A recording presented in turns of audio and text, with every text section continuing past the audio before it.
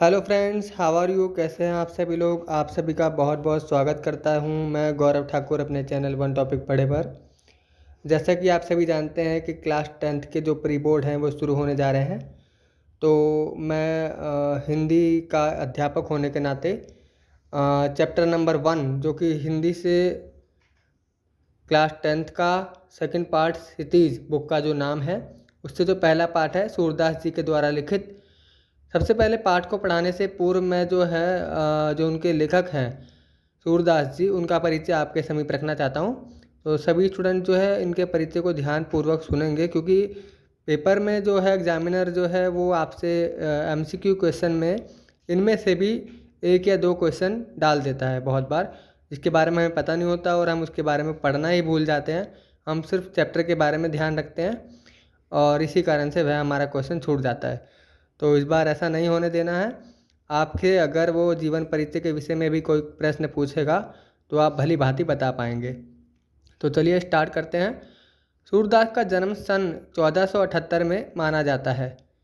एक मान्यता के अनुसार उनका जन्म मथुरा के निकट रुनकता या रेणुका क्षेत्र में हुआ, जबकि दूसरी मान्यता के अनुसार उनका जन्म स्थान दिल्ली के पास सीही माना जाता है।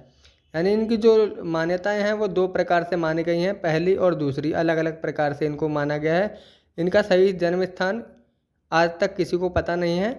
तो इसी प्रकार से जो भी यहाँ पर लेखक ने लिखा हुआ है, एनसीईआरटी की बुक आपके सामने है, तो वह मैं आपको पढ़कर बता रहा हूँ। महाप्रभु वल्लभाचार्य के शिष्य सूरदास अष्टछाप के कवियों में सर्वाधिक प्रसिद्ध हैं। वे मथुरा और वृंदावन के बीच गऊ घाट पर रहते थे और श्रीनाथ जी के मंदिर में भजन कीर्तन करते थे। सन 1583 में पारसौली में उनका निधन हुआ था। उनके 3 ग्रंथों सूरसागर, साहित्य लहरी और सरावली में सूरसागर ही सर्वाधिक लोकप्रिय हुआ। कभी कभार एग्जामिनर ऐसा क्वेश्चन भी डाल देता है, वो पूछता है सूरदास के द्वारा लिखे गए प्रमुख 3 ग्रंथ कौन से हैं, उनके नाम बताइए।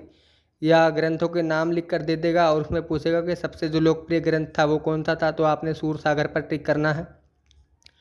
खेती और पशुपालन वाले भारतीय समाज का दैनिक अतरंग चित्र और मनुष्य की स्वाभाविक वृत्तियों का चित्रण सूर की कविता में मिलता है। सूर वात्सल्य और श्रृंगार के श्रेष्ठ कवि माने जाते हैं। कृष्ण और गोपियों का प्रेम सहज मानवीय प्रेम की प्रतिष्ठा करता है। सूर ने मानव प्रेम की गौरव गाथा के माध्यम से सामान्य मनुष्यों को हीनता बोझ से मुक्त किया, उनमें जीने की ललक पैदा की। मतलब भी उनकी आपकी कृतियाँ अगर आप पढ़ेंगे, जो लिखी हुई इनकी कविताएं हैं, वह आपके जीवन को परिवर्तन करने में भी काफ़ी ज़्यादा लाभकारी सिद्ध होती हैं। उनकी कविता में ब्रज भाषा का निखरा हुआ रूप है। कभी कभार प्रश्न ये भी पूछ लेता है कि सूरदास जी की कविताओं में कौन सी भाषा का प्रयोग हुआ है, तो वहाँ पर आप लगाएंगे ब्रज भाषा। वह चली आ रही लोकगीतों की परंपरा की ही श्रेष्ठ कड़ी है। तो इस प्रकार से हम इस वीडियो को यहीं समाप्त करते हैं। आशा करता हूँ यह वीडियो आपको अच्छी लगी होगी। अगर आपको यह वीडियो पसंद आई हो तो इसे लाइक, शेयर एंड सब्सक्राइब करना ना भूलें। और अगर आप चाहते हैं कि इसी के चैप्टर का सेकंड पार्ट भी आप लोगों को अच्छे प्रकार से समझ में आए, तो वीडियो को एंड तक ज़रूर देखें। और आगे ही इसी प्रकार से अपनी जो भी वीडियोज़ हैं आपकी मैं इस चैनल पर डालूँगा, उससे आपको नोटिफिकेशन मिलता रहे, इसलिए बेल आइकॉन भी आप दबा दें। Thank you so much everyone.